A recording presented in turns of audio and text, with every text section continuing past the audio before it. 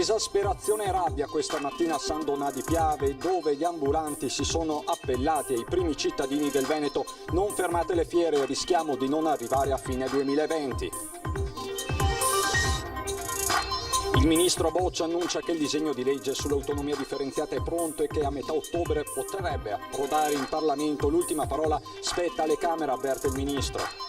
La squadra mobile di Treviso ha scominato una banda composta da 3 giovani che riforniva di droga i coetanei dello Pitergino, minacciandoli con pistola, giocattolo. Intimidazioni erano nella norma. Venerdì mattina da incubo sulla 4 tra San Donà e Meolo, dove 2 tir si sono scontrati e uno ha perso blocchi di cemento, solo ferite lievi per uno dei conducenti. A Vicenza, mega operazione della polizia locale contro il fenomeno dei tassisti abusivi in città dopo l'alta tensione registrata con quelli irregolari identificati in 13. Per paura del Covid, tante famiglie in Veneto hanno ritirato i loro figli da scuola facendo la richiesta di istruzione parentale. La scuola dunque si fa a casa con mamma e papà. Il patriarca Moraglia alla mostra del cinema al Lido parla a ruota libera dai fondi dell'Europa, un impegno sul futuro dei nostri giovani. La mostra dice esempio positivo di ripresa. Bentrovati, buonasera telespettatori di Antenna 3. Sono i dati del contagio ad aprire il nostro telegiornale, perché c'è il secondo report di giornata della Regione del Veneto con azienda zero che possiamo vedere insieme. Sono 166 i casi nelle ultime 24 ore, 71 nella giornata di oggi, 4 i decessi dalle 17 di ieri sera tra strutture ospedaliere ed extra ospedaliere. La provincia maglia nera resta quella di Treviso con 53 positivi, 37 invece a Venezia, 30 positività a Vicenza, 24 a Verona, 5 a Padova e Belluno, 4 soltanto a Rovigo. E ovviamente la questione del Covid tocca da vicino soprattutto l'economia. Questa mattina una protesta forte è andata in scena in piazza San Donà di Piave, tanti gli ambulanti davvero esasperati.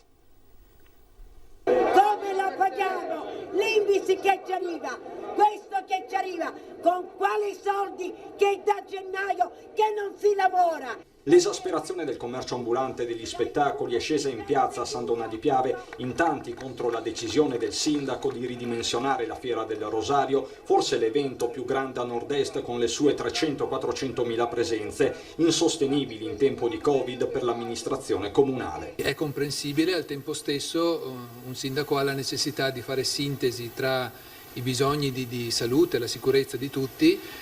Non dimentico che da una parte abbiamo un numero di casi in aumento proprio in San Donà e nel San Donatese, dall'altra la settimana prossima un appuntamento che non possiamo sbagliare, quello dell'avvio dell'anno scolastico, su cui tutti ci dobbiamo concentrare. Sindaco che è sceso in piazza a confrontarsi con i manifestanti, ma non sono mancati momenti di contestazione, anche aspri. Ma vi rendete conto che i morti che sono in Italia sono una cosa ridicola? Ma vi state rendendo conto che ci stanno pigliando per il culo tutti quanti o no? Ma questi 21 che sono malati, sono moribondi, stanno morendo, sono in fin di vita, non mi spieghi? Mi spieghi che stanno morendo? Siete ridicoli, siete ridicoli, lo capite o no che siete ridicoli? Allora, io trovo che questa affermazione sia una grave mancanza di rispetto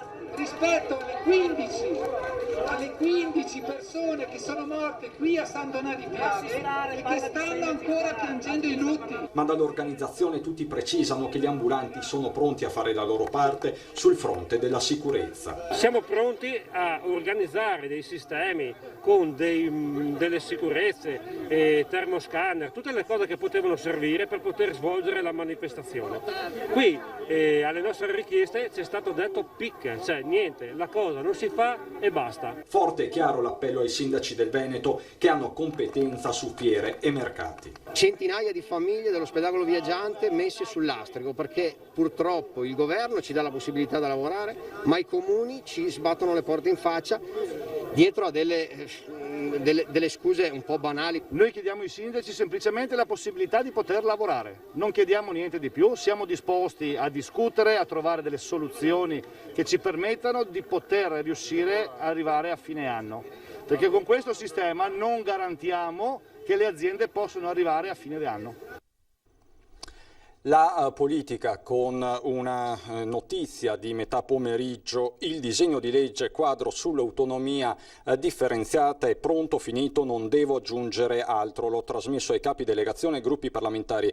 La notizia arriva dal ministro Boccia, che ha aggiunto che a metà ottobre sarà trasmesso al Parlamento. Così per l'appunto il ministro nel corso di un evento. Su questa riforma ha concluso ancora Boccia: mi aspetto un lavoro comune in Parlamento e, come ho detto fin dal primo momento, l'ultima parola spetta proprio al Parlamento.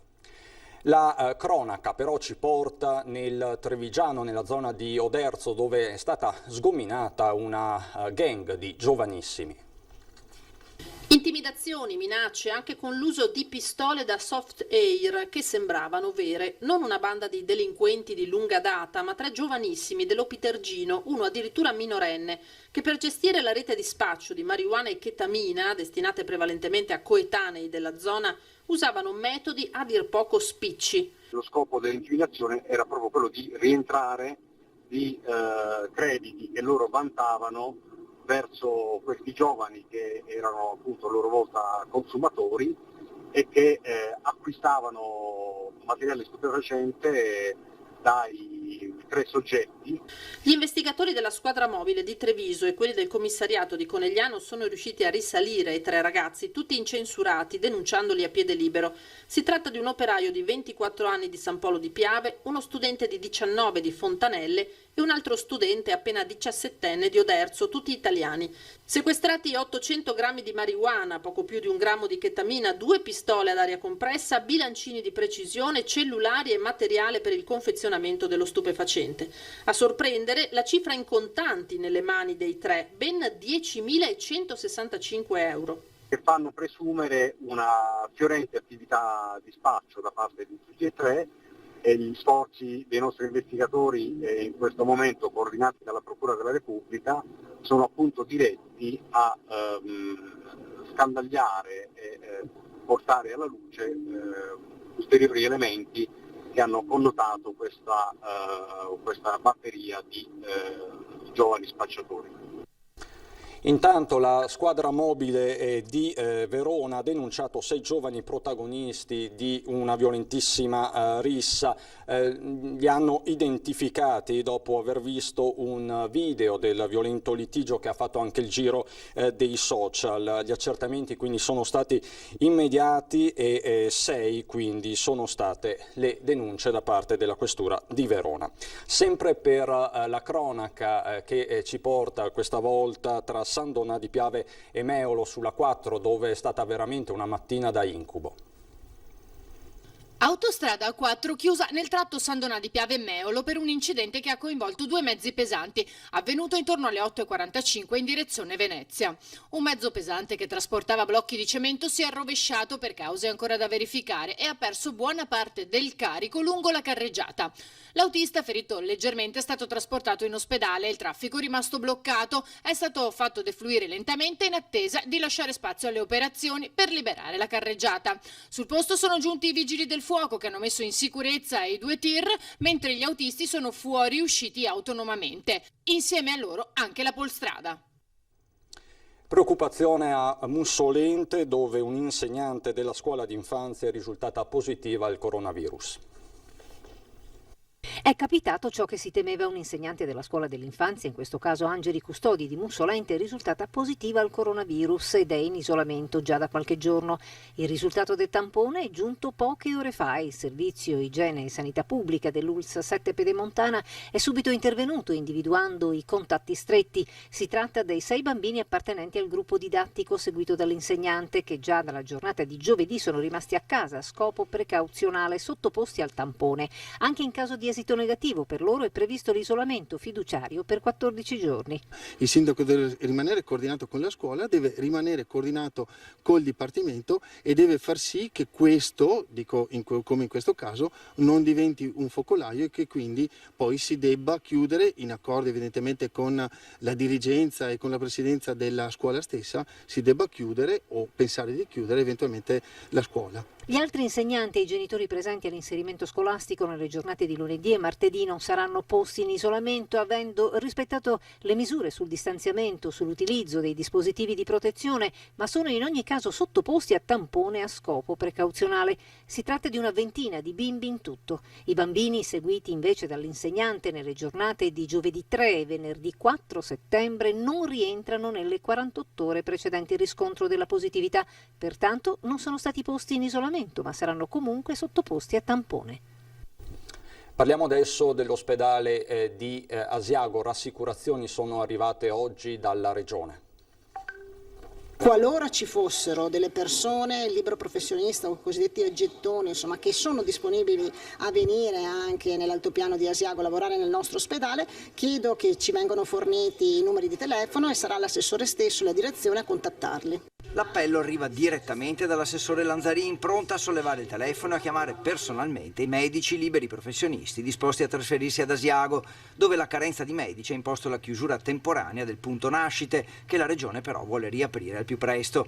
Il resto della struttura, dopo le difficoltà dell'emergenza Covid, è di nuovo pienamente operativa, a pieno titolo tra i 68 ospedali del Veneto e con una nuova struttura pagata e pronta al 98%, in fase di collaudo e quindi di apertura. L'ospedale funziona a pieno, funzionano i reparti di medicina, di emergenza-urgenza, di ortopedia, di chirurgia. Il punto nascita è momentaneamente sospeso. Tornando al punto nascite, la Regione vuole riaprirlo appena troverà il personale, nonostante i parti siano meno di 500 all'anno, numero minimo previsto. Dal 1 gennaio sono stati solo 30. Ad Asiago mancano 3 ginecologi e poi i pediatri e anestesisti. Appena trovati si riapre in sicurezza. L'azienda sanitaria USL Pedemontana sta facendo tutti gli sforzi possibili per recuperare personale, con i prossimi 2 concorsi di azienda zero, ginecologi a metà di settembre e pediatria a metà di ottobre. Ad Asiago non si partorisce, ma le future mamme dell'altopiano sono seguite per tutta la gravidanza. Per questo tipo di assistenza il personale sanitario c'è, pronto ad accompagnare le donne quotidianamente nel loro percorso. Rimaniamo nel Vicentino per una mega operazione della polizia locale contro i tassisti abusivi. Operazione della Polizia Locale di Vicenza contro il business dei tassisti abusivi in città. Un mese di indagine ha consentito di individuare 13 soggetti, 5 quelli, tutti senegalesi, per i quali dopo un mese di appostamenti e pedinamenti sono finiti nella rete degli agenti ad incastrarli anche foto e video. Nei loro confronti si è proceduto al sequestro del mezzo, alla sospensione della patente e ad una sanzione amministrativa che va dai 1.800 euro agli 8.000. È un colpo duro che abbiamo cercato su segnalazione dei tassisti irregolari che lanciavano da anni questo grido d'allarme. Noi l'abbiamo raccolto, grazie ai NOS e grazie alle pattuglie sul territorio siamo riusciti a dare un colpo importante. Un'azione mirata, partita anche a seguito di un crescendo della tensione fatta di insulti e minacce tra i tassisti autorizzati e quelli abusivi. Quando si incrociavano parecchi attimi di tensione, comunque grazie alle telecamere e anche all'attività di indagine siamo riusciti a individuare questi luoghi che andavano dalla stazione verso Viale Milano e si ritrovavano lì e siamo riusciti a intervenire. Le tariffe erano più che convenienti, tra i 5 e i 15 euro a seconda del giro. I 5 nei guai effettuavano anche una trentina di corse al giorno. Uno squillo al cellulare e il tassista abusivo raggiungeva il cliente nigeriano o dei paesi dell'est oppure arrivava direttamente nel punto di ritrovo, il piazzale di un distributore di benzina tra Viale Milano e Piazzale Bologna, a pochi passi dalla stazione ferroviaria e il suo parcheggio. Questi si muovevano per tutta la città e anche fuori città. Non avevano zone ben precise, si muovevano da est a ovest a seconda delle esigenze del cliente e portavano addirittura i clienti a fare la spesa al centro commerciale Palladio o all'Auchan e li attendevano fuori per fare le loro commissioni. Reticenti alcuni clienti, in particolare i nigeriani uomini, mentre quelli dell'est Europa e le donne hanno confermato agli agenti le avvenute transazioni. L'operazione ha avuto l'effetto sperato e già in circolazione si vedono meno taxi abusivi, ma il Comune ha intenzione di trasmettere il tutto alla Procura per eventuali azioni penali e fiscali.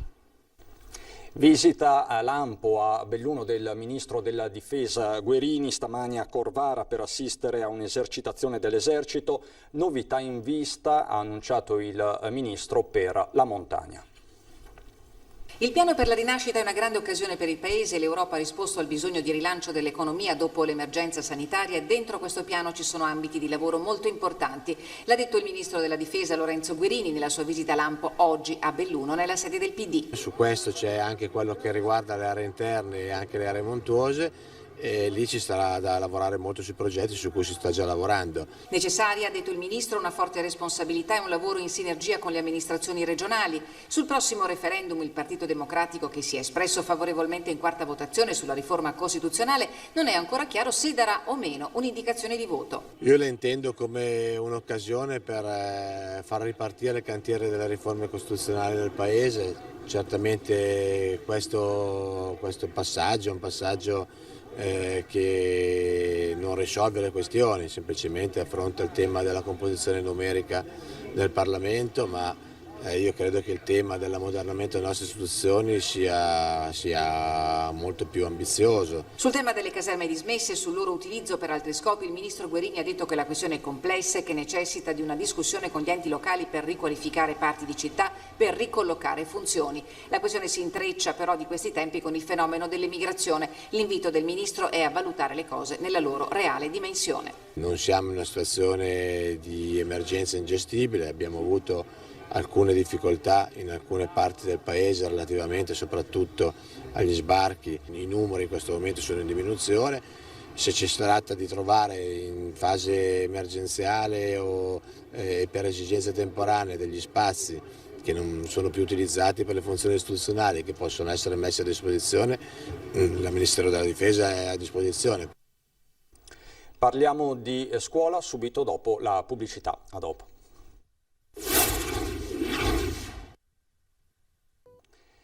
Di nuovo in studio per parlare di scuola e di un fenomeno che causa Covid sta crescendo, quello dell'homeschooling, quindi dell'istruzione fatta in casa da mamma e papà.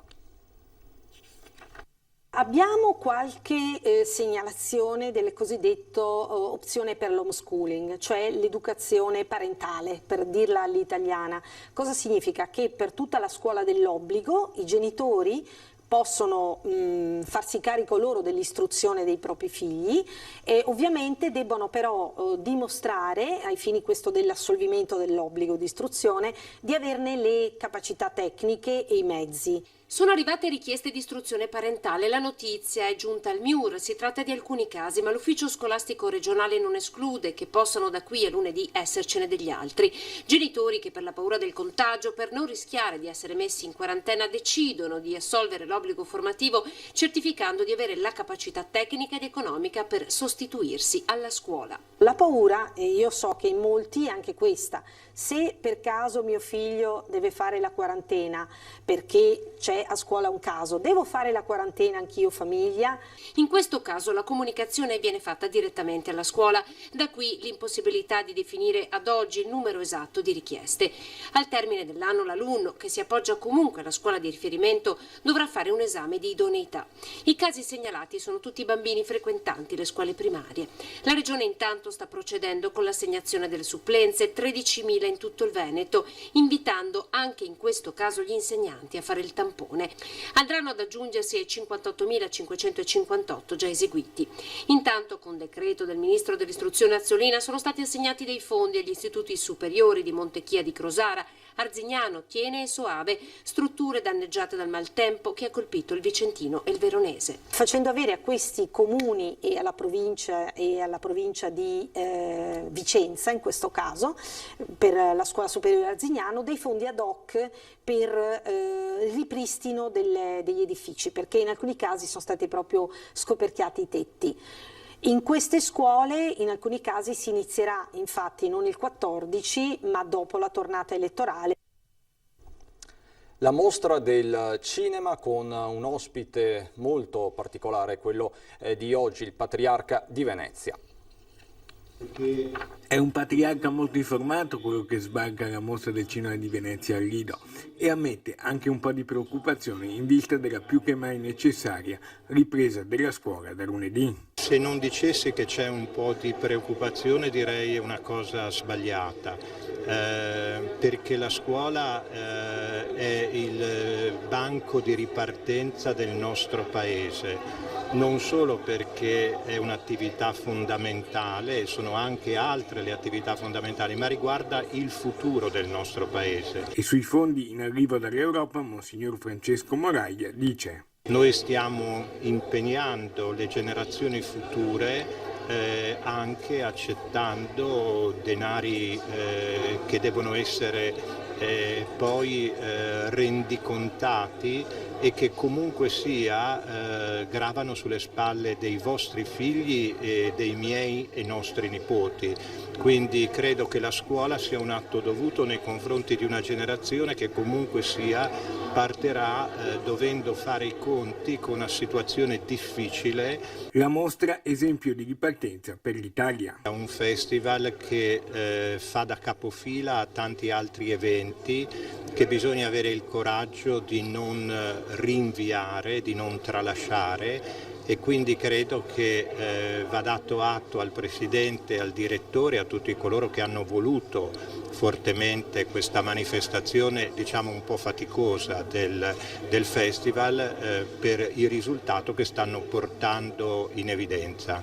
E a proposito di film, ecco alcuni titoli che lo hanno particolarmente interessato. Io cito Notturno di Gianfranco Rosi, cito Le sorelle Maccaluso, cito Spaccapietre. Chiudiamo così la nostra edizione regionale, vi ringrazio per l'attenzione, adesso le previsioni del tempo. Grazie per l'attenzione, ancora buon proseguimento di serata.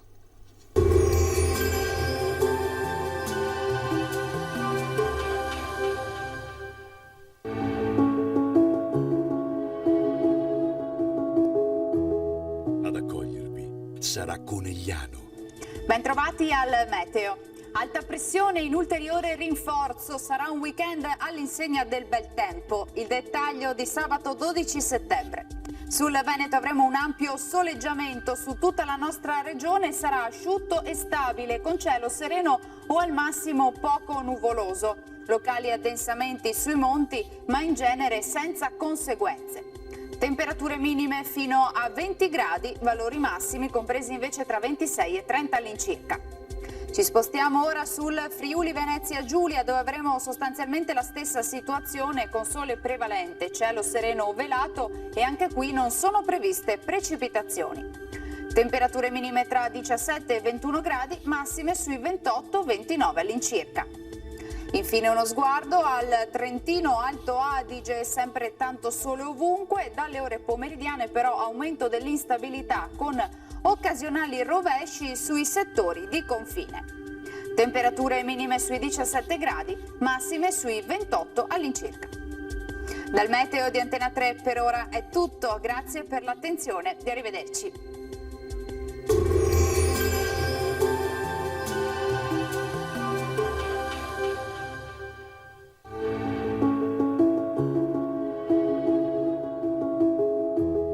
Ad accogliervi sarà Conegliano.